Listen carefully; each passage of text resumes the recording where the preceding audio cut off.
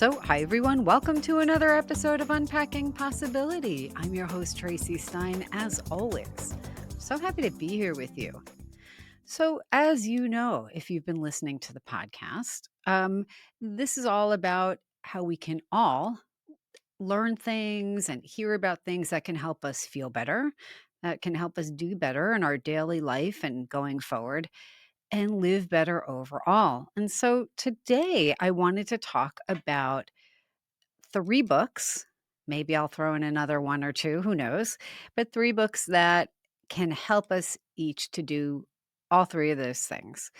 So, if you had heard my interview with Leslie McGuirk, and Leslie McGuirk has been on this podcast a few times. She's an astrologer and an author and just a lovely person. But Leslie had me on her new kind of mini YouTube series called Shelf Help.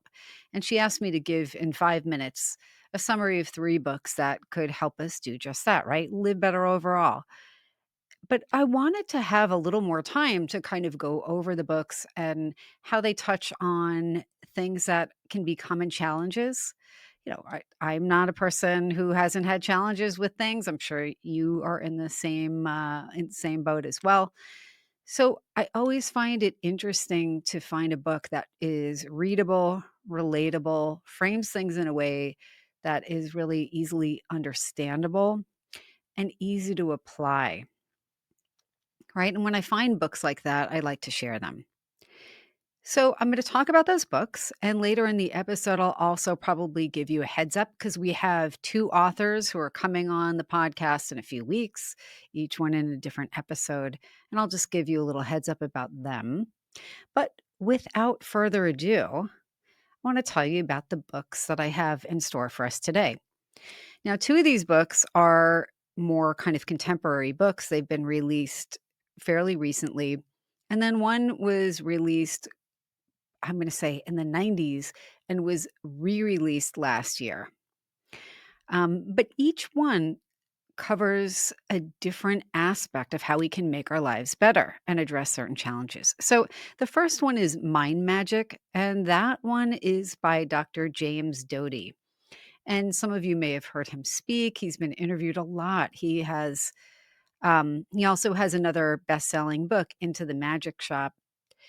And there are many things I really like about his books. One, they are extremely readable and they're very relatable.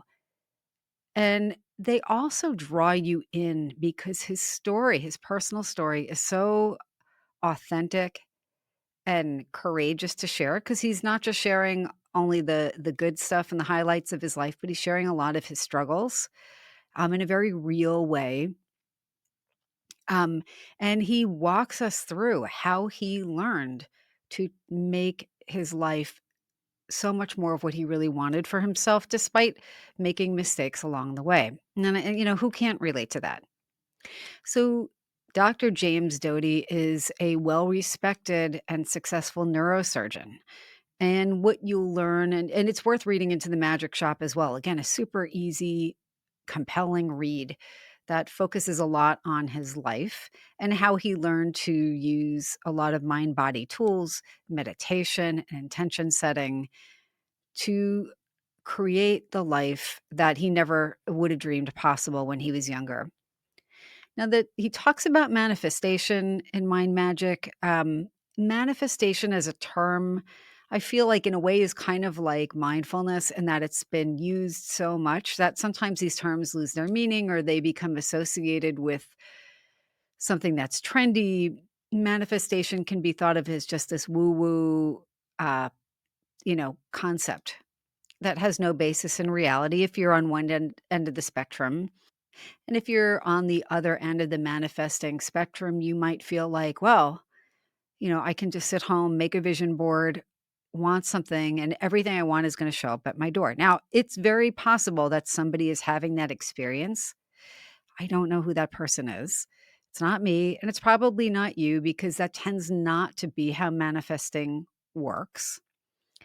Um, And one of the things I really like about his book is that, if you've heard this podcast before or you've listened to my guided meditations for manifesting, you'll know that this is something I wholeheartedly believe and a lot of people get wrong. It's not just you want it and it happens. Sometimes the universe does send us a gift, but as I've said before, the universe is not a magic gumball machine where you put your quarter in or whatever and out comes the blue gumball automatically and you're done.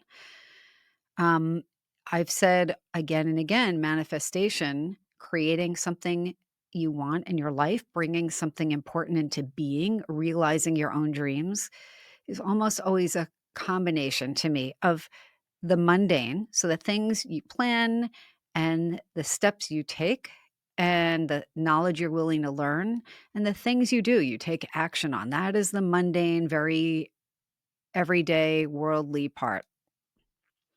The mystical part for me, in my opinion, of manifesting is stepping into another realm of possibility. So believing something is possible, even if there are a bunch of things that would make you doubt that, a bunch of things that would get in the way, or the odds don't look that great in your favor on paper, but you start aligning yourself with what it would feel like in a very vivid and multisensory way, what it would feel like to actually achieve something that is meaningful to you. So I'm going to get back to Dr. James R. Doty, but he very much reframes manifestation as a practical practice. So there is kind of a mystical element in there, but it's really not at the forefront of what he's talking about.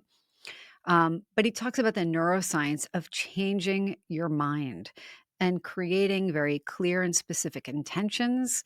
And again, making the steps you need to do what you want to do and realize what you want to realize in your life. Um, it's everything from changing your behaviors and expectations and your idea of what might be possible for you, because, like, why not you? And getting into that space, as many people have said. He's not the only one to say it. It's just that his book is really readable and has a lot of great exercises, but really getting into the space where you start orienting your life and what you do and what you're thinking about to something that you really want to bring into being. And he has a lot of information on meditation, on your attention and focusing your attention to help you focus your intention. He uses visualization, but he really emphasizes personal agency. So he really tries to demystify and take some of the woo woo out of manifestation. Now, what I find really compelling about his story, one of the many things, is he had a really difficult upbringing. And you'll read this especially in more detail in his first book, Into the Magic Shop. But this is somebody who grew up in a home where he's very frank. I'm not giving anything away about his book or his life, but his mother struggled with pretty significant mental illness, oftentimes was not functional. And even from the time he was very young, he often had to step in and take care of her, including calling ambulances at times. Um, his father had a pretty severe problem with alcoholism, and this resulted in a lot of the problems that people with severe alcoholism often experience, like repeated job loss or kind of disappearing for a while, financial difficulties. And he and his siblings and his parents often had to move, sometimes suddenly because they couldn't make rent. He talks about times when he went to bed hungry or went through the school day really hungry because there just wasn't enough money and wasn't enough food. And I think sometimes we forget that that's a reality for a lot of people, even if they don't have alcoholism in their family or they don't have severe mental illness in their family. There are people who really struggle with basic survival needs. And as a result of this, he felt very self-conscious about where he lived and how his family was. He struggled with his own, it sounds like, mood symptoms. He also didn't see a lot that was possible for him, in terms of getting out of that situation and cycle. It was hard to make friends because they moved a lot. And, he didn't do that well in school because he often wasn't getting a great night's sleep or wasn't able to study and had a lot of problems with his own anxiety and his own ability to pay attention. Now, if you're looking back at what a 10, 11, 12, 14-year-old young James Doty is going through, you probably would not know that later in life, he was a multi millionaire, lost everything, and then really built his life and career back up. But again, as I mentioned, he shares his personal struggles in a way that seems just so honest and I'm going to say very generous because he learned from them and he shares the lessons he learned. And it gives you the sense that, well, if he could do this with the challenges he had, maybe each one of us can do a lot more than we think is possible with whatever challenges we have. Now, in his first book, Into the Magic Shop, so maybe this will be 4 books we talk about, but really, he does lay out how he met a woman, an older woman who worked with her son at a nearby magic shop. That's related to the title of the first book. But she taught him a lot of things, including about meditation, focused awareness, and the idea of possibility, and and how to really focus on his goals, but also improve his self-esteem. So I'm trying to think of what else I wanna tell you about the book, and again, both books are so great and worth reading, and you can learn a lot from them. Mind Magic has more very specific exercises and a lot more of the science of why this works. The neuroscience of manifestation, creating what you want for yourself. But again, it's so clear. It's an easy and engaging read, and I think it's really worth it if you are looking for a new book. One of the things, just getting back to James Doty's manifesting kind of process and goals for himself, when he was so poor and struggling in every possible way, socially, with hunger, financially, with his family, with a lot of internalized shame from what was going on in his family and his life, he believed that for him to be safe and happy, he would need to be an extremely wealthy person, and his ideas of what he wanted to manifest then were things like expensive cars and a gigantic, beautiful house, and being so wealthy that he would feel not only good about himself, but safe. And just so you know, a lot of people have their own version of that. They don't even have to have such an extreme upbringing, such extreme adversity to have that feeling. And what he learns throughout the process is how to have a good self esteem, how to feel safe, and how to enjoy and feel deserving of good things, including the wealth he acquired and things like that, but without needing, again, the fancy cars and house to be happy, to feel safe, to know he has worth. So it's just a really worthwhile read. But I guess the moral of that story is that manifesting what we want a lot more is possible than we think it is, and but we need to change on the inside to create the reality we want externally. So, a worthwhile read, Mind Magic by James R. Doty. And if you get a chance, Into the Magic Shop, also by James Doty. So, that's the first book. And I think for so many of us, we want to continually create change. So, I feel like that dovetails with what a lot of us really want for ourselves is to keep growing, to keep bringing good things into being and get out of our own way. So, the next book that I mentioned on Leslie's podcast, that I want to go into a little bit of detail here is also a new book. It's Make Money Easy, and it's by Lewis Howes. Now, Lewis Howes, if you listen to podcasts at all, he has one of the most popular podcasts. He's interviewed influential speakers, authors, thought leaders, many of whom started out with a lot of challenges, with very humble beginnings. He himself also had a very challenged upbringing. And he talks about that a lot on his podcast, also issues with parents who had their own struggles with um, finances that waxed and waned. And I think if you watch the show, you'll learn plenty about that. What I like about this book, because there are so many books out there on how to create better money habits and how to expand your, I guess, financial literacy, but also to expand your horizons about what's possible for you, right? Because money isn't just about money and the things you can buy. I mean, money represents so many things to us, right? It's not just I can go get this car instead of this car if I make more money, but it absolutely ties into our own feelings of self worth. It absolutely ties into our own feelings of um, morality. And I'll get into that in a minute. Money is tied to our feelings of deservingness, but also safety and security, right? So, and think about it because there are people who absolutely from day one have believed, like, why shouldn't I make a lot of money? And they go and they do just that. It's not something that they're worried that they can't do. And they have a specific type of money trajectory in their life paths or whatever they are, because we're always dealing with much more than one thing.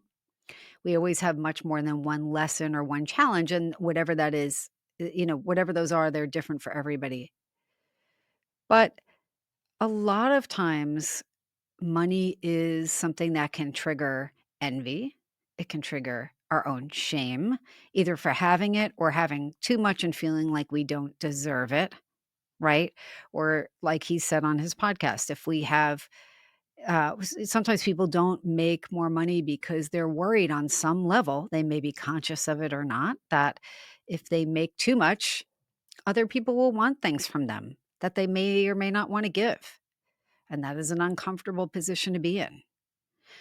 Or they may have grown up with, beliefs that came from, even just things that their parents or friends said or other relatives, whether it's money doesn't grow on trees, which is kind of like, oh, it's not easy to make money, right?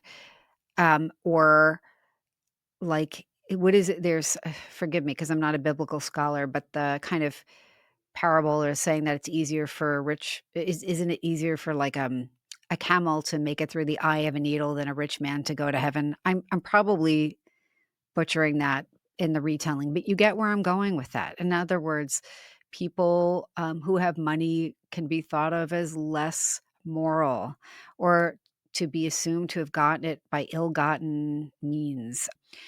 And sometimes that's actually quite true. There are plenty of people who do get their money in a way that is not ethical. But there are ways to be ethical, to be a good person, to give back to your community, and also be able to, with joy, receive financial abundance. But it's really hard because our upbringings really do shape how we think about money and how we think about people with money and whether we think we're deserving or money and so forth. So, what I like about this book, Make Money Easy, Lewis Howes, is that he gives a lot of practical advice for, again, improving our financial literacy, because it's really important to understand how money works. And I don't mean just like you have it and you spend it, but how to be more thoughtful about that, how our financial system works to some extent. And most people, myself included, have a lot to learn about that. But it's also about becoming abundant or very practical advice. He absolutely goes into the various issues that people have with money, right? Whether they feel like it's too hard to make, or they're not really deserving, or they can't be a good person and have money and so forth. And talks about how that plays out and how we would need to address each one of those kind of ways of thinking in order to get beyond that. He talks about his conversations with some of the world's most noted experts on finance, and he shares what he's learned. He's interviewed a ton of people, again, many of whom who started out with not a lot and had a lot of emotional issues related to making money or having money and feeling deserving, and who've gone on to overcome those issues and make quite a lot. But yeah, the distorted ideas and challenging emotions and all of that and beliefs he goes over and clarifies. He has really great examples throughout the book. They're very thought provoking. Some of them are going to be very relatable, right? It's an interesting book. And even though it's a very easy read, it is, and it's an enjoyable read. It's well written in the sense that it's very approachable. It's also psychologically sound the way he talks about the inner challenges we have related to money. And then he has a bunch of exercises and practices and journaling exercises to help us change our relationships to money and to abundance, which, they're related, but they're not necessarily the same thing. So, Make Money Easy by Lewis Howes, another book that I think is worth reading, right? It can help us feel, do, and live better overall. So, I want to take a quick break because I have to. But when I come back, we'll talk about another book that is quite different from either of the books I just mentioned on the surface, right? In terms of what the topic is and how to get there. But it is just as useful, I think, at changing our lives for the better. And I'll also talk about some of the other authors coming up on the show. I'll be back in a moment. Stay tuned. Welcome back. So, we're talking about books that can help us feel, do, and live better overall. I think it's so helpful to remember that we don't have to reinvent the wheel. We don't have to figure everything out on our own. There are people who've done a lot of hard work. They've read a ton. They've spoken to people who've been extremely successful at things we want to get better at, who've educated themselves or been formally educated in one way or another, and they're sharing that knowledge through their books in a way that is digestible. And I won't recommend a book on the show if I don't think it's digestible and usable and enjoyable to read, because I know you're not going to read it, and I probably wouldn't either if it wasn't really accessible. So the third book is Simple Spells for Success. Now, some of you will be like, oh, here she goes into the woo woo. But if you tuned in to a previous episode, and I can link it in the show notes, but Barrie Dolnick wrote this book, I believe, in the late 90s. And I'm going to give you a little bit of Barrie's backstory because she's got an interesting one. And then I want to talk about why I think her book is worth reading. So Barrie Dolnick was a very, very successful advertising executive. She had worked her way up the ranks. She was successful in a very, I'm going to say, traditional way in terms of advertising being like a more regular career than, say, becoming a mystical advisor in any way. And she really did wind up becoming somebody who advised executives, thought leaders, business leaders, how to use metaphysical tools, right? She had a business called the Executive Mystic that she wound up, putting her heart and soul into after she left advertising, but she could have stayed in advertising for the rest of her life and been quite conventionally successful. But what Barrie was doing on her own is practicing a lot of the things in a inside a more mystical container maybe, or framework, but that you will read about in some of these other books that are specifically low on the woo woo scale. And what I mean by that is she was doing things like casting a spell, doing spell work, but I want to describe what that actually is psychologically. Because a spell really, she'll say in her books, which you could read in an hour, they're user friendly. She has other ones besides Simple Spells for Success, but they're engaging. Again, they have real world examples and personal examples. They're easy to follow, each one of her books, and this book in particular. But she'll say that a spell is an organized wish. It is something you are putting out to the universe, however you conceive of whatever is greater than us, whether it's God or the divine, doesn't matter. Universe. but it does a lot of things that any other ritual technically should do, right? So it gets us organized and clear on what it is we hope to achieve. So she has things where she's having you write down a list of qualities that you would want in, let's just say, a job that you're looking for, or a collaborator on a project, or a location, either to live in or for your business. And getting quiet and really visualizing what it would be like to have that thing already. And honestly, not so different in a way from what James Doty is saying in his book on the neuroscience of manifesting. And, throughout history, we have used rituals for a variety of purposes. There's a reason why just about every religion, as far as I know, incorporates ritual.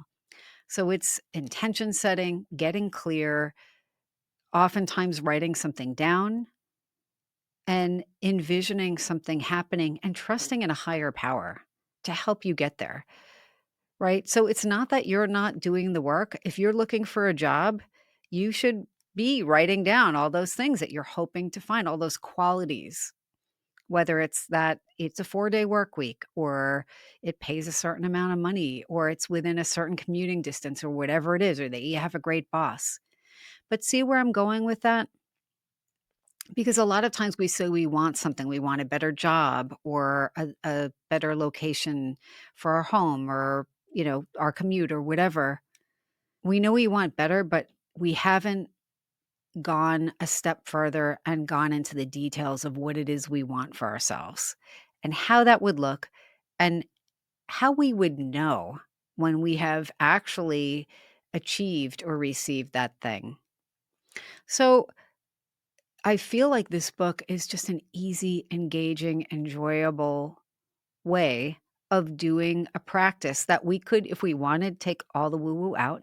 Barrie's book does help us align with moon cycles. So the waxing moon, thinking about bringing something into being, something growing like the moon as it's growing towards full, and waning, a time when you want to really focus on the things you want to release or let go of. So it could just as easily be a habit you don't love, that you feel a little stuck in, or it's been a little harder to change. Writing down what you want to let go of, how you'd know when you got there, doing it as the moon is fading. She has different colors and different crystals or different candles that are typically associated with different types of manifesting. The most important thing, though, is absolutely your intention. The book was re released again last year. She was on the podcast several episodes ago, and I'll put a link to that. But it's just a really enjoyable book. And I have to say, I have done these rituals. I have done them. I'm a very secular person. I am not a religious person. I am a spiritual person. This is my own thing. You can be whatever you are, and you should. But I have to say, it does help me recenter. It does help me get clearer and focus. And I have seen some uncanny things happen as a result of doing this type of manifesting work. And really, that's what it is. So, again, Simple Spells for Success by Barrie Dolnick. She has other books, really engaging. If you get any of these books, please let me know what you think. Now, as I mentioned before I wrap it up for tonight, I do want to talk about two authors that are coming on the podcast in the next several weeks, because I think they're going to be really interesting. I've enjoyed their books, and it's more of how we can feel, do, and live better overall. One is a psychic medium named Scott Allen. He was a funeral director and owned funeral parlors for 30 years, and really felt called to help people in their grieving, to give people a dignified funeral as, they transition from this world to the next. And he really did not notice that he was a natural medium until probably, decades into this work. But I met him at a mediumship training that I myself am doing. I'm not hosting it, I'm taking part in it. It's a 2-year mentoring program. He went through it. So that's just laying the groundwork for how I met him. And I saw him get up there and do platform mediumship, which is not easy to do, and he's really good. He's also a really nice person, and he's got a really engaging book that we'll talk about when he comes on the show. He's gonna come on next week, and then it'll come out in a few weeks, but Scott Allen, looking forward to chatting with him. And then I'm also having Dr. Joe Gallenberger on the show. Now, Joe is an expert manifester. His work has been something that I followed for, I'm going to say, at least 2 decades, or has to be close to that, if not that. But he is someone who also talks about shifting our awareness, shifting our intention, getting clear, and bringing all kinds of things into being. And he also shares about his own life's journey, which hasn't always been easy, what he's learned along the way, and how we too can apply these things that he has learned to start attracting and manifesting and bringing into being the things we really want to. And actually, I've mentioned before on the show, his audio program on manifesting is one of the ones I still use most frequently. I probably use it at least once a week, and I have for years and years. So I'm looking forward to meeting him virtually for the podcast. But we have some good stuff coming up, that and more. But if there are things you would like me to cover, please do, drop me a line, go on my website, let me know, go on social media and leave me a comment.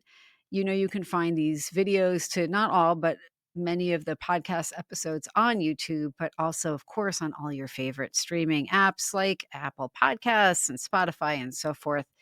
And if you like the show, please, of course, remember to like, share, and follow. It really, truly does help me continue bringing more good content to you, stuff you're interested in.